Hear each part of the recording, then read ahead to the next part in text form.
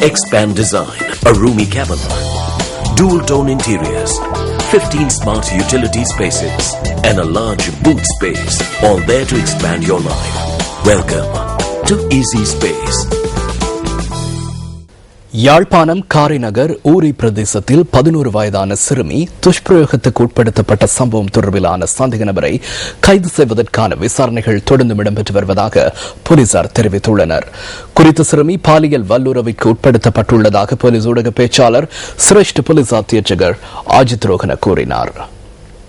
யாழ்ப்பாணம் காரைநகர் ஊரி பிரதேசத்தில் துஷ்பிரயோகத்திற்கு உட்படுத்தப்பட்ட சிறுமி யாழ் போதனா வைத்தியசாலையில் தொடர்ந்தும் சிகிச்சை பெற்று வருகிறார். சிறுமியின் உடல்நிலை தற்போது தேறி வருவதாகவும் அவர் ஆபத்தான நிலையில் இல்லை எனவும் யாழ் போதனா வைத்தியசாலையின் பேச்சாளர் ஒருவர் கூறினார். இந்த சம்பவத்துடன் தொடர்புடைய பிரதான சந்தேக நபரை கைது செய்வதற்கான முயற்சிகளில் போலீசார் ஈடுபட்டுள்ளதாக போலீஸ் ஊடக பேச்சாளர் கூறினார்.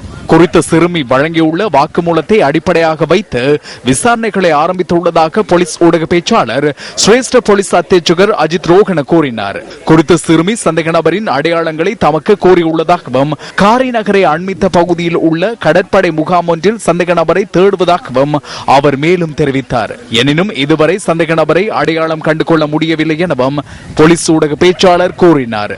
எனினும் இதுவரை சந்தேக நபரை அடையாளம் கண்டுகொள்ள முடியவில்லை என போலீஸ் ஊடக பேச்சாளர் கூறினார். இதேவேளை இந்த சம்பவம் தொடர்பிலான விசாரணைகளுக்கு போலீசார் தமது ஒத்துழைப்புகளை கோரினால் அதற்கு ஒத்துழைப்பு வழங்க தயாராக இருப்பதாக கடற்படை ஊடக பேச்சாளர் கமாண்டர் கோசலவர்ண குலசூரிய தெரிவித்தார். இந்த துஷ்பிரயோக சம்பவம் தொடர்பில் செய்யப்பட்டுள்ள முறைப்பாட்டில் கடற்படை வீரர் ஒருவர் தொடர்பு பட்டிருப்பதாக குற்றம் சுமத்தப்பட்டுள்ளதாக போலீசார் தமக்கு அறிவித்துள்ளதாக அவர் கூறினார். எனினும் அந்த சந்தேக நபர் யார் என அறிவிக்கப்படவில்லை எனவும் கடற்படை ஊடக பேச்சாளர் நியூஸ் ஃபர்ஸ்டுக்கு தெரிவித்தார்.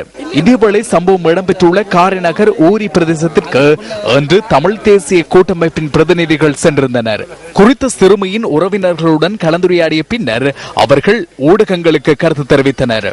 இந்த சம்பவங்களை பார்க்கும்போது இங்குள்ள மக்களுக்கு யார் பாதுகாப்பு கொடுப்பது? உடனடியாக அரசாங்கம் சனத்தில் மிக்க இடங்களில் அவர்கள் போட்டிருக்கும் முகாம்கள் அப்புறப்படுத்தப்பட வேண்டும். மக்கள் பீதியில் வாழ்கின்றார்கள். அவர்கள் இந்த கொட்டில் குடிசைகளில் வசிக்கின்றார்கள்.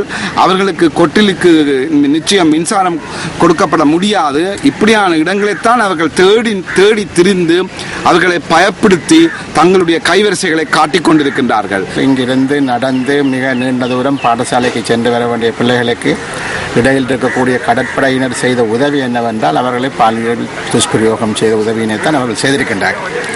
ஆகவே இலங்கை அரசாங்கம் இவர்களை இந்த இடங்களிலிருந்து அப்புறப்படுத்துவதன் மூலம்தான் இந்த மக்கள் குறைஞ்சபட்சம் மாணவர்கள் பயமில்லாமல் நிம்மதியாக அவர்கள் பாடசாலைக்கு போய் வர முடியும். இன்னும் ஒரு முறை இவ்வாறான சம்பவங்கள் இலங்கையின் எப்பாகத்தில் நடக்கக்கூடாது. இந்த நிலைமைகள் மாற்றப்பட வேண்டுமாக இருந்தால் ஜனாதிபதி இந்த சம்பவத்தில் ஈடுபட்ட கடற்படையினர் மீது அவர் முழுமையான நடவடிக்கை எடுக்க வேண்டும் என்பதுதான் எமது கோரிக்கை.